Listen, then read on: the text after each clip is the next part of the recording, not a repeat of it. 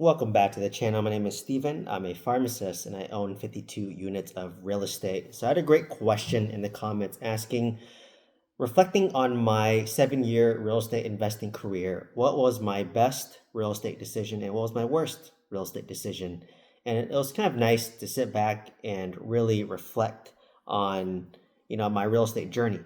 So I want to answer the first question, what was my best real estate investment? So for me, my best real estate investment, to be honest, which built up a lot of my net worth and allowed me to compound, was buying the first three house hacks that I started off with. So my first home was in Livermore, California. I put 10% down because it was my primary residence. I lived in the master bedroom and I rented out the three other rooms. And yes, house hacking comes with a lot of stress. House hacking is inconvenient because I'm sharing rooms with three other people and they have complaints and there's inconveniences, there's frustrations. And because I was able to deal with those frustrations, those inconveniences, that gave me a very strong foundation. So my first house hack, like I said, didn't think too much of it. I just wanted to move out of my parents' house. I wanted to buy a house. I didn't want to pay rent and I wanted to reduce my costs. So I bought that house with the intention of making that for my forever home. But because I got a job near San Francisco, I ended up, keeping the house, renting out the whole house, and I bought another house hack where I lived in the master bedroom and rent out the other units. So I did that for a total of 3 times, all in high cost of living areas. So first one is in Livermore, second one is in San Francisco, and third one is in Orange County. And every time I bought, I put 10% down. And, during the time I was buying, first one 2017, second one 2019, third one 2021, interest rates are very low. My interest rate was like probably 3.75%. And I had one at 3.125 and I had one at 2.7%. And that's the advantage of having a primary residence is the interest rates are more favorable. So, to me, I didn't really think anything much of it. I didn't think it was special. I just wanted a place to live and I wanted to reduce my largest expense, which is my housing expense. So I just rented out the rooms. I was able to deal with the inconvenience. I was able to delay gratification and I was able to save up money because I was getting income to basically buy more real estate. So all three of these deals that I bought were essentially able to fund my future like apartments. And that's how I really started to scale. That's how I bought 80 units in 8 months. That's how I bought my 26 unit apartment complex. That's how I bought my mobile home park. That's how I bought my 20 unit apartment complex. Thanks to these three house hacks that I started off with, which was my foundation. So, obviously from 2017 to today, each of these properties appraised significantly, appreciated significantly over this window. What happened during COVID? Interest rates dropped. Not only did I refinance to lower rates, I was able to pull out a lot of cash. So, for example, my first property that I bought was $800,000 when I bought it, and I did a cash out refinance because it was worth like 1.2 to 1.3 million dollars. So I built up almost 400 to half a million dollars of equity on one property. My second property I bought, same thing. I bought for 1.1 and it was worth significantly more. I think at like 1.6. So once again, I built up another 400,000 to $500,000 of equity. On my third property, that one as well, I bought it for I think 750 and it's worth about 1.2 million dollars. So once again, this one it appreciated by almost like $500,000. So between the three, I built up about $1.5 million of appreciation doing absolutely nothing. Right? I did absolutely nothing besides buy it, live in it, rent out the rooms, and when I moved out of it, I just rent out the entire house. And these were breaking even slash negative cash flow, despite me self managing it, right? So you get the deal of that inconvenience, and didn't really do anything special. But all of a sudden, I lowered my interest rate, pulled out a bunch of equity, but now these are negative cash flow properties. They're now called alligators because they're eating into my W-2 income every month, which isn't scalable, right? But I pulled out that $1.2 million, which I thought were my best investments to go then buy my 26 unit apartment complex, which I think is my best apartment complex deal.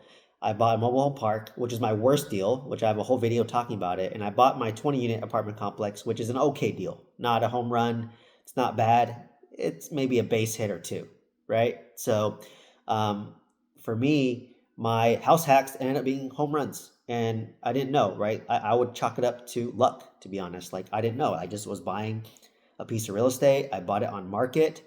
I, just offered what the asking price was and ran the numbers and thought, okay, well, this is going to cost me 4,500 bucks a month, all in, all expenses, and I can rent out each room for 3,000 bucks or 1,000 bucks each. I get $3,000. My total cost is $1,500 to live in a house. That's cheaper than rent. That's all I was thinking when I was buying my house hacks on market.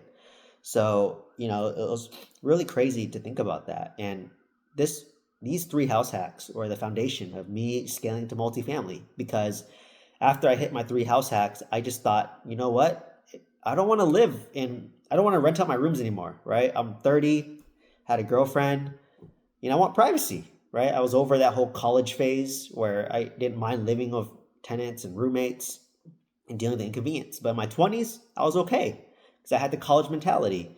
I was used to living at home where I had roommates, and I just thought it was very natural and it was great to get money, right? But now in my 30s, I'm kind of optimizing towards convenience. I'm optimizing towards privacy because I put it in the sacrifice early on. So that's why my house hacks were my best decision, because it kept me humble. I honestly didn't even think much about it. Like, I just thought, well, I got a new job, buy a new house nearby. I don't want to commute because I hate commuting, right? So I didn't think much of it. And these three properties ended up being the foundation where I stripped out a lot of equity because I had a high income W-2, right? Just to be clear, that's how I got it. I have a high income W-2. I have a great credit score of 780 plus. I make my payments on time, and I didn't have any debt. I didn't have credit card debt. I didn't have a car loan. My student loan was paid off at that time. So I had a great debt to income ratio. So, and I guess I had a great mortgage broker who convinced somebody to allow me to pull out a bunch of money and lower my rate. So I used that money, right? Stripped out $1.2 million equity to buy my best apartment complex deal. So my 26 unit is my best apartment complex deal, or probably my best deal ever. Like, if I were to really classify it, is because I bought it off market. I bought it right. I bought it cheap, right? I bought it for $500,000. It appraised at $750,000 day one. So I bought this for $500,000, 26 units. What is that? That's like 18, 20K per door. That's really cheap, right? And if you buy at 20K per door and they rent it out for 350 per door, that's above the 1% rule in real estate. So of course it's going to cash flow, right? And combine that, I bought it in a time in 2021 where interest rates were low. So 4%, 4.25 is my exact interest rate. So obviously you take all those pieces, 20K per door, each door rents out for 350 day one, and at 4% interest rate, of course it's going to cash flow, right? So day one, it's going to cash flow 10% cash on cash return was my calculation. And what was crazy to me too is not only did I buy it for $500,000, it appraised at 750, but if I were to put in about $300,000 of renovation, so that's a new roof, I'm gonna renovate all units for 10K per door, new kitchen cabinets. If I ripped out cabinets, I got Home Depot Shaker kitchen cabinets. I got LVP flooring throughout the whole house. It's durable, it's cheap, it's easy to install. I painted my walls neutral color, white, like behind me, white or light gray. That's it, simple. Laminate countertop, white laminate countertop, simple, easy. The bathroom, I got those bathtub kits that include the walls for like $700 from Home Depot. Install that. Light fixtures, Home Depot. Bathroom vanity, Home Depot. Just very cost-effective things, right? That's tenant-proof. I removed popcorn ceiling. Maybe I invested in light fixtures, or maybe a stainless steel sink. Because those are things that tenants care about. But after I did this $10,000 renovation, I was able to raise the rent to $700, right? So I doubled the rents. It was $350 when I took over, but now it's $700. So what happens if you double the rents? You double your NOI. If I double my NOI, divided by, assuming the cap rate's the same, right? I just doubled the value of this apartment complex. So now it's worth $1.5 to $1.6 million, and it's cash flowing today about $8,000 a month. And that $8,000 a month cash flow is enough to cover my negative cash flow from all the equity I stripped out of my 3 house hacks. So that's how I got my best deal, right? Like literally, I bought it right off market. I was able to renovate these units and increase the rents to market rent, right? I didn't overcharge for rent. I'm always at like 95% occupancy. So this tells me that I'm not above market rent.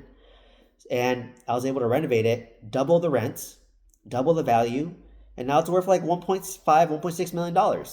If interest rates were low, I could do a cash out refinance and not pull everything, but just pull out the money I put in the deal. I could pull out my down payment, pull my renovation costs. That's a complete burr. Still cash flow on this property, right? Maybe not 8,000, maybe I'm gonna cash flow $3,000 now. But I put out all my initial money and go use that to go buy more apartments if I want to. So that's my best deal, right? Those 3 are my best deals. So my 3 house hacks, which are my best deals, snowballed me to buy my 26 unit, which is my best deal, right? But on the negative side, so I'm all positive here. I bought my mobile home park, which is my worst deal, and I have a whole video talking about my mobile home park out right now. Like I think I have one video that's doing pretty well. I have a second video talking about how it took me 12 months to sell it. But the quick and dirty was I broke the golden rule of real estate when buying my mobile home park. I compromised location. The golden rule is location, location, location. I broke that rule. The area, Selma, Alabama, it's too high in crime, right? The income is too low. It's all Section 8 in that area. You're dealing with all Section 8 tenants. A lot of single moms is your typical demographic, right? It's too high in crime. There's too much gang activity, none of cops. My mobile home park, a lot of things happened. They stole my dumpster to go rob the gas station next door. A gang member was kidnapped on my park. Someone was stabbed and murdered in my park, due to like an affair, right? I have videos talking about this in my crazy tenant video. But all my crazy tenant videos came from my mobile home park. I had really shitty property management on site. I had really shitty property management off site who overpromised and underdelivered. My on-site property manager couldn't collect the rents. He was too soft. And with that tenant base, you can't be soft. You have to be hard. So I just said, you know what? Forget the deal. Sold it. Lost $100,000 on the deal. It was a nice tax write-off against my W-2 income, right? Got back, maybe $30,000, $40,000 from that loss. But I'm still seller carrying second, $450,000 in the deal. So, I pray to God that the next owner is doing well so that when they refinance it and they fix up the park, I get my 450 back. But if they fail or they default, then I have to take over the property again, and I'll probably just sell it just to get my money back. I don't care, right? I just need to get back my 450 and call it a day. So I'm getting paid from this deal because I'm seller carrying second 450K at 5% interest, which is very little, like 22, maybe $2,200 a month, which is not really much, but it helps cover my negative cash flow for my single family home portfolio. So right after I got my best deal, then right after I bought my worst deal, like within 3 months apart, right? So I had the rosy colored glasses, nothing can go wrong. This mobile home park's a golden goose. Well, it was a black goose because I lost money on this deal, right? And I was blinded by the upside. I was blinded. I overlooked the fact that it was too high in crime. I trusted the property managers too much. I trusted the third party property management too much because they manage 70 mobile home parks, so they must be good, right? They've been doing it for 30 years, managed 70 mobile home parks, they must be good. That's bullshit. They weren't good. They were terrible, right?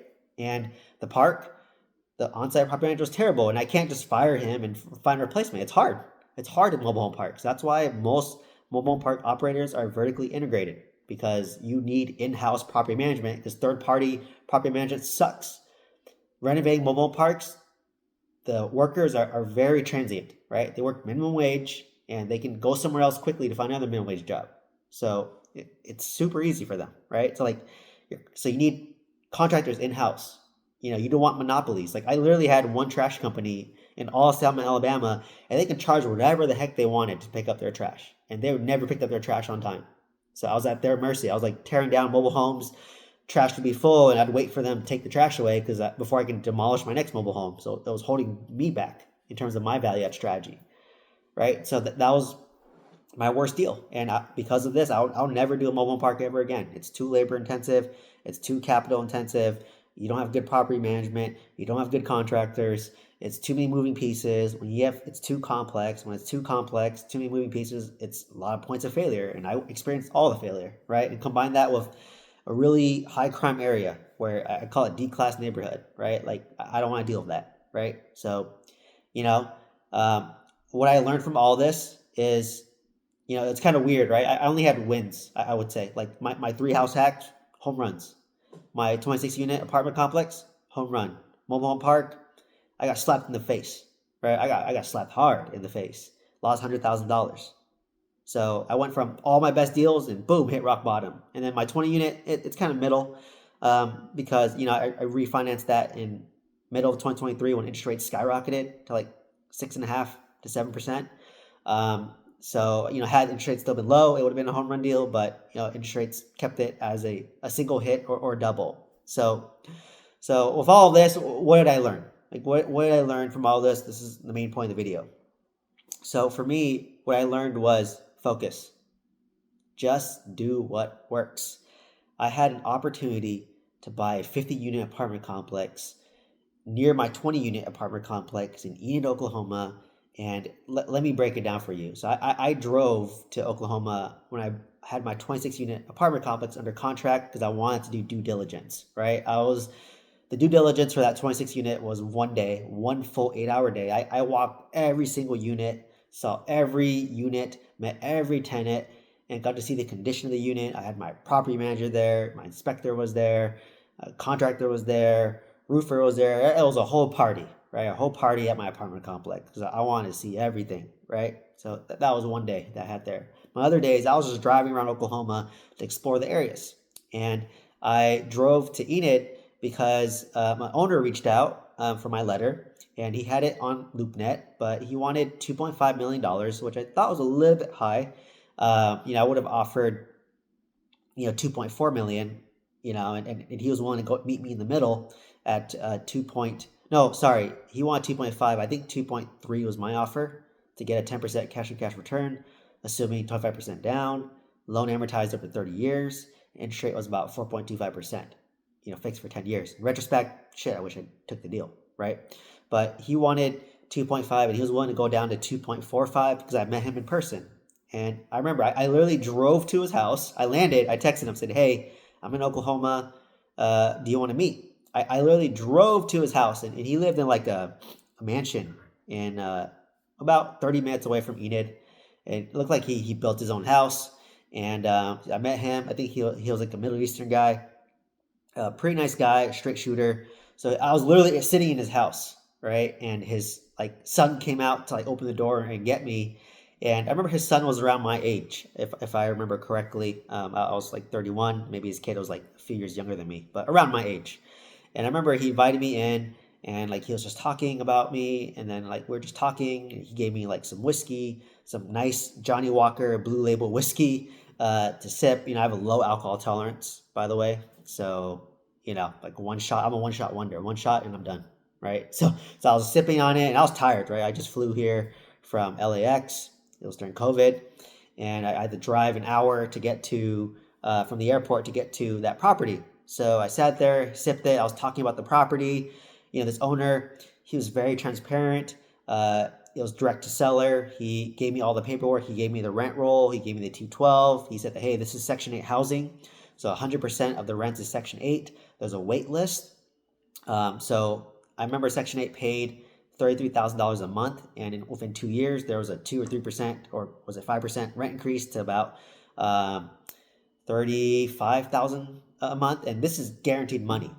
Right? This is guaranteed money from the bank, from Section 8 on the first of every month, right? Because most of the tenants didn't, I think they were 100% covered by Section 8. So it was a low income housing area, and it was 100% occupied with a waiting list. And they had an on-site property manager who I met, and he gave me all the documents for the past 3 years. And the numbers were actually very reasonable, right? Like his expense was about maybe 55 to 60%. He actually developed these units himself from the ground up, 50 unit. And he was telling me that, yeah, he developed it. It it's like about 20 years old, so it's like maybe a B class asset. And he said that there's additional land to build more units, and he would refer to me his contacts if I want to develop more properties. And I think I was too distracted with the renovation, and it seemed too complicated because this was my first deal, right? Or I was under contract for my first deal. So I overcomplicated it, and it made me scared. So I ended up backing out from the deal. But I remember when I underwrote the numbers, and I remember he was telling me, like, dude, like, he doesn't even include his rental income or his laundry income yet because it's all cash. So it's not in the P&L. But he was saying that's another $700 a month, which is another units of rent. So you take 33,000, divide that by 50. I think the average rent was 650-ish, I think, which is 150 higher than what I'm getting in my 20 unit, right? And he had an on-site property manager. It was funny. Like, I was at his house. He like, we were sipping whiskey, talking about the deal, getting to know each other, because he's old school. He wanted to build trust. He wanted to see who I am. And I remember he drove me to the property, and he's like, what was he in, a Range Rover, like a really nice big white Range Rover. And I remember I was like super buzzed from that one shot, and I was just like chilling. And it was just cool to like chalk up real estate, right? Because he developed it. He owned a lot of real estate, so it was a cool experience for me, right? So he drove me there, and I remember like he called his property manager, who lives at the property, but she was at her family's house having a celebration. And he was like, dude, I'm driving over to you. I want to pick you up. I want you to meet the potential buyer. And she was like, no, don't want to go. Don't want to go.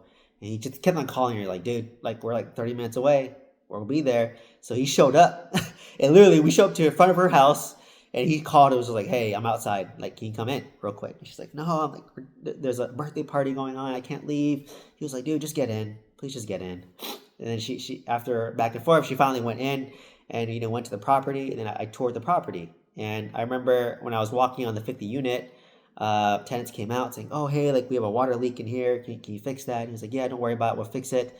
And, basically she would like show me around, saw a bunch of the units. They're pretty decent. It was pretty turnkey for the most part. Didn't need much renovation. And, she lived on site on the unit, and she gave me the numbers and gave me the P&L, was very transparent, and showed me the wait list. They had a wait list of at least 10 people wanting to live there. So she said, like, if people leave, then they do that. And she was telling me that, oh, like, if they pay late on rent, we just notify Section 8, and they're afraid because if they pay late, Section 8 will kick them out because there's a wait list to get in. So they knew that. So they paid on time. But she was a little bit old school. So, they had paper applications, and she would manage it. So if I bought the property, I could assume her if I wanted to and take over the deal. And like I said, the numbers were really honest, and the income was about 33K. The expense was about 55K, so it's about 17, 18K. So you'd have about 15K NOI. And then the loan at 2.5 million, I forgot. It ended up cash flowing about 7% cash and cash at 2.5 million. Or at 2.45 million. And I remember I was just going back and forth, but then I was like, you know what? This deal is not that amazing to me. It's turnkey. I want to do this mobile home park, right? But fast forward to today, I sold that mobile park for $100,000 loss. That was the most stressful, shittiest moment in my life. I hit rock bottom. I have video talking more about it. I hit rock bottom. I was depressed, right? I was anxious. I was stressed me out, my girlfriend out. Everyone was stressed. I wasn't happy, all that stuff. Had I bought that 50 unit at $2.4 million, that cash flow, 8% cash on cash return, and it were to raise in, every 2 years, it raises up by like, 3 to 5%, like, I would have been gravy, like, guaranteed income. There's some peace of mind of guaranteed income. Mobile home park, nothing was guaranteed. I averaged 70% collections. If it was Christmas, holidays, I averaged 50% collections because people would rather, obviously prioritize buying gifts for Christmas than paying rent because they knew they can get away with it. Right? But Section 8, it's guaranteed every month on the 1st to my bank account. So, that was my regret. So, like, now looking back, I'm like, God damn, I let that one deal get away. And I could have had that property next to my 20 unit, owned 70 units there, which has some downside, but like, man, I could have had that deal and I'd probably be retired today, right? Because, rents would have increased probably twice if I bought that back in 2021. I great lending, 10-year fixed loan.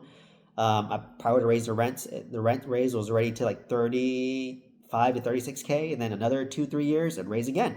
Section 8 guaranteed rents. So, the deal that got away, and maybe I'll reach out to the owner and be like, hey, did you actually sell? Because I'm interested still. Yeah, or I could negotiate seller financing on this deal.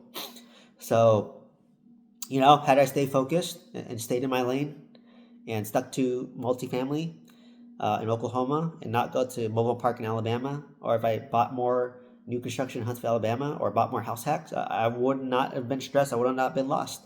I would have not lost money.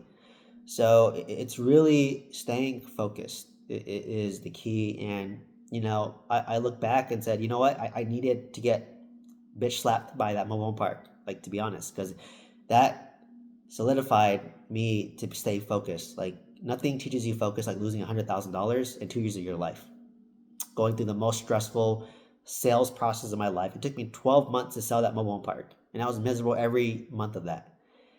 The property management was terrible. Like, I lost focus, and because of that, I was losing focus on my 26 unit and my 20 unit, and because of that, renovations was going a little bit slower, right? So, like, had I just bought the 50 unit that was turnkey, that would have been a perfect complement to my value add renovation properties. So, that 50 units, I want to let it get away, and would have not lost my money on that deal. I'd still be cash flowing today, probably, and cash flowing even more. But expenses might have been high, but I had systems in place, and I had the trust of that owner who managed it himself for the past 20 years. So, that's the one that I really, really regret. So, what these lessons I'm taking forward is just stay focused, Stephen. Just buy apartments in Oklahoma. Just buy new construction in Huntsville, Alabama. And if I want to buy house hacks in California, by all means I can do that, but it's hard to cash flow in California now, so I can't see myself doing that. So it's just really buying new construction in Huntsville, Alabama, and apartments in Oklahoma, and that's it. That's all I'm gonna do for the rest of my life, and I'll do that. It's boring, but it works. Simple scales, fancy fails. I went fancy with mobile home park and I failed. If I kept it simple with a 50 unit apartment complex, I would have been successful. So that's really it. It's simple, but it's not easy. It's not easy to stay focused. I get bored a lot, right? That's why I talk to other investors now to live through them, so I don't suffer the pain, and it gets it out of my system. Like, I was into short-term rentals. I talked to my friend who does short-term rentals. Now I'm like, you know what? That's not for me, right? Glad I got out of my system. I was trying to do new construction bursts. I'll do a separate video on that. But, like, right now, doesn't make sense. Interest rates too high, doesn't cash flow. But interest rates are lower at 4%, 5%. I'll do new construction bursts all day. I'll buy one every 3 months, right? I'll buy one every 3 months. So, anyways, hopefully you learned about my best real estate deal, which is my 3 house hacks and my 26 unit, as well as my worst deal, which is my mobile home park. So, hopefully you learned my lesson, and just stay focused. Just stay focused. That's it. If you heard nothing, just stay focused. Anyways, let me know what questions you have. If you want to learn about multifamily real estate, check out my mentorship program down below. Otherwise, please like, comment, subscribe. Hope to see you next one. Thank you so much.